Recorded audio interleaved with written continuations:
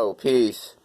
Here's another story about the guy Wayne. I gotta tell this story. I was gonna wait until tomorrow, but what the heck.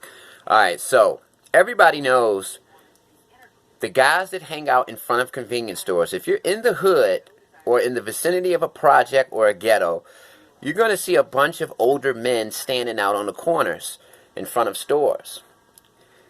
And here's the thing. Those guys have been in the streets for a very long time. They are the streets.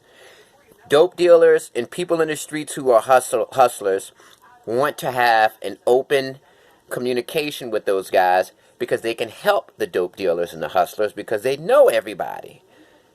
You know, and these young drug dealers who just jump in the game, they might know these older guys. They might be their family members or older uncles, whatever. But a lot of times these young cats get into the game and start pushing dope, and they don't understand the mechanics of the ghetto. They don't understand the social constructs of the hood. So an 18-year-old might, buy a package and start hustling, and he'll get ripped off by one of those old guys that hangs out on the corner all day because that older guy has way more street knowledge than that young cat. And Wayne got hemmed up in a situation like that, right? See, in my neighborhood, I'm not known as a street guy. I'm just known as a guy that was always himself, never cared about what people thought about him, and always was just me. And over time, people learned to respect me for that as we got older. When I was younger, they didn't understand, but once we got into like our mid-20s, everybody began to respect me on a whole different level because they could see that, it takes a lot of confidence and strength to be yourself. So, they like me and I'm cool with them. And there's an open line of communication.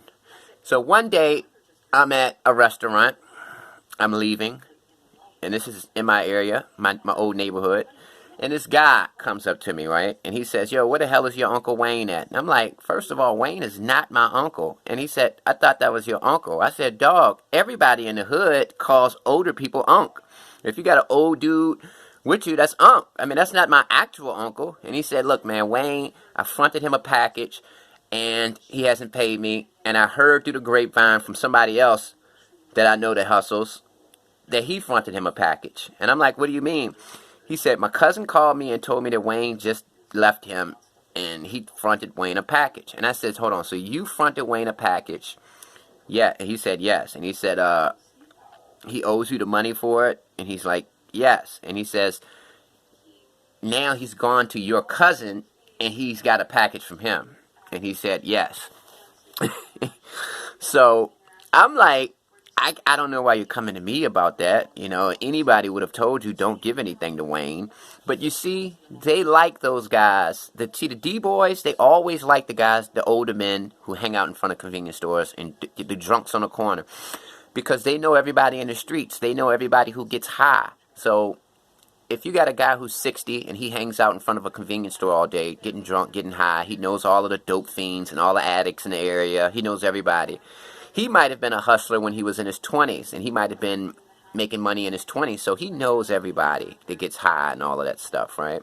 So the dope boys, a lot of times they want that guy to hustle for them. They'll throw him a package because they know he knows everybody, so he can get that package off and bring me my money back. But Wayne was the kind of guy who didn't care about none of that. Wayne would have $5,000 in his pocket, go up to a dope boy and say, hey, I need a package. Can you front me a package? And they'll do it. And I never understood why, because everybody knows that he has a bad reputation. He had, and mind you, that's the context. Wayne, everybody knows how he gets down. So if anybody gives him a package and fronts him a package, they already have heard through the grapevine that Wayne is the kind of guy that'll take your package and not pay for it and go to the next guy and get one fronted to him from, that's how Wayne goes. That's how it goes with Wayne.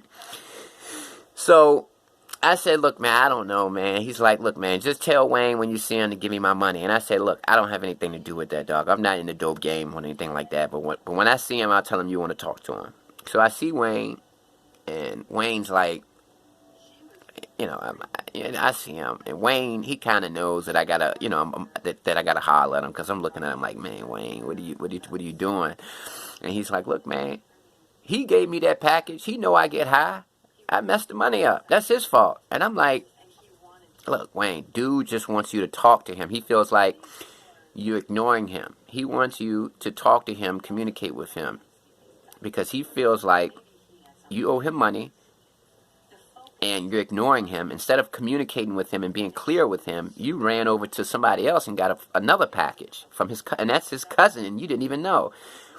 And yeah, man, that's just the kind of guy that Wayne was. Wayne benefited from his old reputation from when he was younger, because he was a hustler. He was getting money when he was younger. So now that he's in his 60s, a lot of people in the game have heard about Wayne. Wayne, you know, his glory days.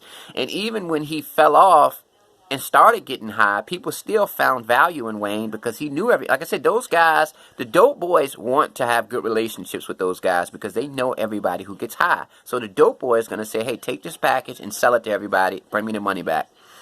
That's just how it goes in the game. That guy on the corner in front of that store knows everybody in the hood that gets high. So he's marketing and promotion. And yeah, man, so what happened is, see, Wayne, what he would do is, he would get a package from somebody, and he'd mess it up. He'd get high off of it himself instead of selling it. And in order to pay that person back, he'd get a package from it from somebody else. And it's just like a Ponzi scheme. So eventually he paid that guy back. He had a package from the guy, messed the package up, owed the guy money, so he went to his cousin. He didn't know that was his cousin. Got a package from him. The money he made off that package, he paid the guy back, the first guy back. Now he owes the cousin money. He gets another package from another guy, pays him. I mean, that's just how Wayne operates. And it's always created problems because people think that he's my uncle. So they'll come up to me and be like, yo, Wayne got a pack from me, and I don't know where the hell he's at. And I'm hearing through the grapevine that he just got another pack from another. And I'm like, Wayne, look, man, you're going to get your wig split open doing all that. But he didn't care. He didn't care. His whole thing was, look, y'all know my reputation. Y'all know how I'm coming. So why would you give me a package and you know what I do? I'm going to take it. You offer it, I'm taking it. So, yeah, man, that's how the street goes, man. The streets are very violent, very dangerous. Definitely not a good place, but there are some characters in the streets that are very funny, that make that lifestyle kind of bearable. You know, you deal with these funny guys, and it's just, you're doing wrong, you're surrounded by wrong, but they just kind of brighten it up a little bit with their funny antics and stuff like that. Peace.